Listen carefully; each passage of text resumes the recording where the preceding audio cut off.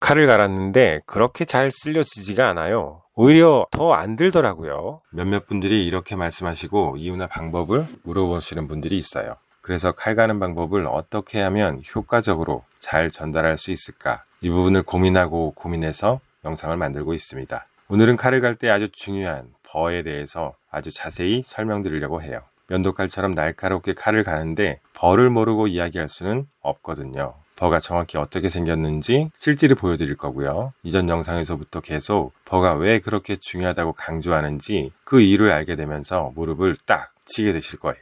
그리고 이번 영상은 지난 영상에 이어지는 내용이니까 혹시 못 보신 분들은 지난 영상을 보고 다시 오시길 추천드립니다. 자, 그럼 출발하겠습니다. 오늘은 이런 도구를 이용해 영상을 보여드리겠습니다. 이 슬로톤 칼갈이로도 갈아볼 건데요. 이런 슬로톤 칼갈이도 숫돌로 갈 때와 똑같이 버가 발생되죠. 조금 다른 점은 버의 모양인데 자세한 건 나중에 또 설명드리겠습니다. 어쨌든 지금은 최대한 칼날을 날카롭게 갈아줄 거예요. 첫 번째로 칼날의 양쪽 면을 가능한 한 정밀하게 갈 거고요. 두 번째로 이때 만들어진 버를 정교하게 디버링해서 칼날 양쪽 면이 만나는 끝부분을 거의 완벽한 정점으로 만들 겁니다. 이렇게 정점으로 만들면 놀라운 일이 발생되죠. 자, 그럼 1차 연마가 거의 끝났으니 버가 어떻게 보이는지 보여드릴게요. 지금 보고 있는 화면은 사진이 아니고 비디오예요. 그리고 포인터로 연필을 들고 있는데 상황이 좀 웃겨서 아까 웃었어요. 포인터가 너무 커요. 그냥 이거 평범한 연필이에요. 크고 거대한 이상한 연필 연출 아니라는 거죠. 아무튼 여기 연필 끝부분에 거친 부분이 쇳밥 찌꺼기 버예요. 보이는 작은 실은 수건에서 나온 거예요. 칼을 닦을 때 걸린 거죠. 수건 말고 무엇을 자르든 이 버에 걸려요. 종이가 잘 잘리지 않는 이유도 이 버 때문이죠. 이걸 손가락으로 느껴보면 까칠까칠한 느낌이 들게 되죠. 이번엔 반대쪽을 한번 볼게요. 같은 칼날인데 반대쪽을 보면 어떤가요? 깔끔하고 매끄러워 보이죠? 이때는 손가락으로 느껴봐도 버가 느껴지지 않죠. 다시 한번 돌려볼게요. 여기에는 버가 다시 보이죠? 이것으로 우리는 버를 눈으로 직접 확인한 거예요. 버의 모양이 어떻게 생겼다는 것을 이제 알게 됐죠. 그림으로 보면 이렇습니다. 그리고 슬로톤 칼갈이로 칼을 갈았을 때 버는 이렇게 생겼습니다. 이것은 양쪽 면을 한 번에 갈기 때문에 버의 모양이 조금 다르게 생긴 거죠. 그림으로 보면 이렇습니다. 자, 그럼 다음 단계로 가볼게요. 이제 우리는 이 벌을 제거할 거예요. 디버링이라고 하죠. 지금 현재 칼날은 완벽하지는 않지만 날카로운 모양을 하고는 있어요. 하지만 연마 중에 생긴 금속 조각들, 버가 남아서 절단 작업을 방해한다는 걸 우리는 알고 있죠. 그럼 이 벌을 가볍게 갈면서 최대한 촉감으로 느껴지지 않게 만들겠습니다. 왜냐하면 강한 압력을 주면 반대쪽에 다시 버가 생길 테니까요. 그래서 양쪽 면을 가볍게 번갈아 가면서 버를 없애줘야 해요. 가능한 만큼 최대한 완벽한 정점을 만들어가는 중이에요.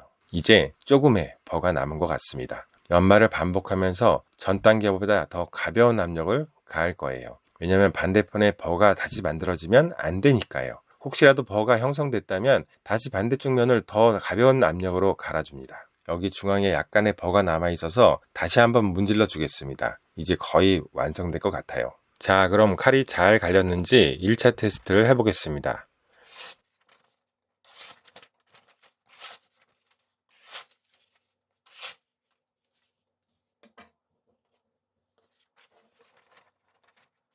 잘 갈린 것 같죠?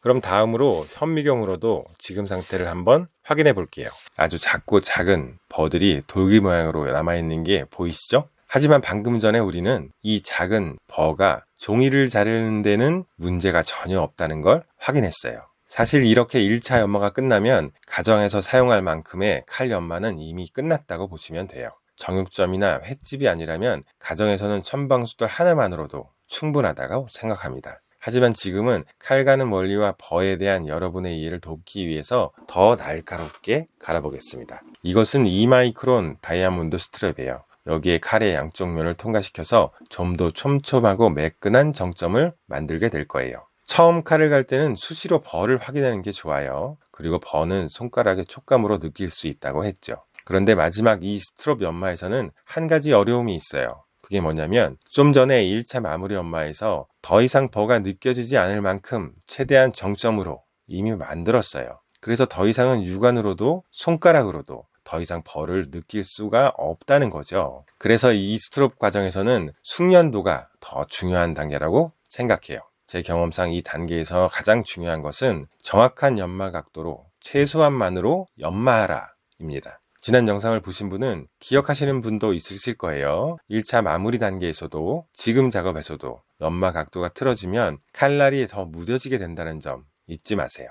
그래서 느리더라도 정확한 각도로 천천히 정밀하게 하는 게 더 좋은 방법이라고 생각합니다. 이제 좀 날카롭고 매끄럽게 다듬어지고 있어요. 거친 버가 없어지고 있다는 거죠. 자, 이제 다시 돌아왔습니다. 스트랩을 사용한 후 칼날의 모양입니다. 가장자리가 얼마나 깨끗해졌는지 보이시죠? 이게 언뜻 보면 아직 울퉁불퉁하다고 생각하는 분도 있으실 텐데 테스트로 보여드릴게요. 지금 면도날처럼 아주 날카로운 상태거든요.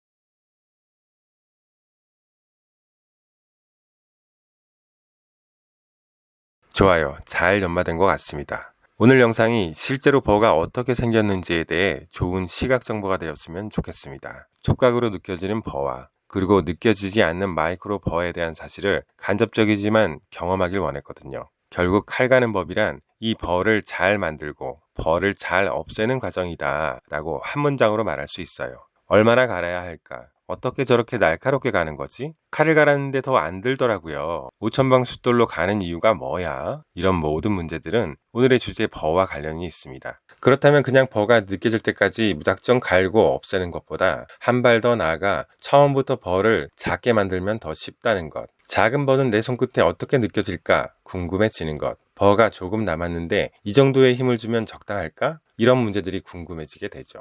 오늘 영상이 칼 연마에 대한 개념을 이해하는데 여러분에게 도움이 되셨기를 바랍니다. 그리고 혹시라도 오해하지 않으셨으면 하는 게 있어요. 슬로톤 칼갈이나 천방숫돌 정도면 가정용 식칼을 가는 데는 이미 충분하다는 것입니다. 면도칼처럼 날카롭게 칼을 갈아야 된다고 여러분께 권유하는 게 아니라는 점 알아주시면 좋겠습니다. 오늘 영상은 여기까지입니다. 도움이 되셨다고 느끼신다면 구독과 좋아요, 알림 설정 부탁드릴게요.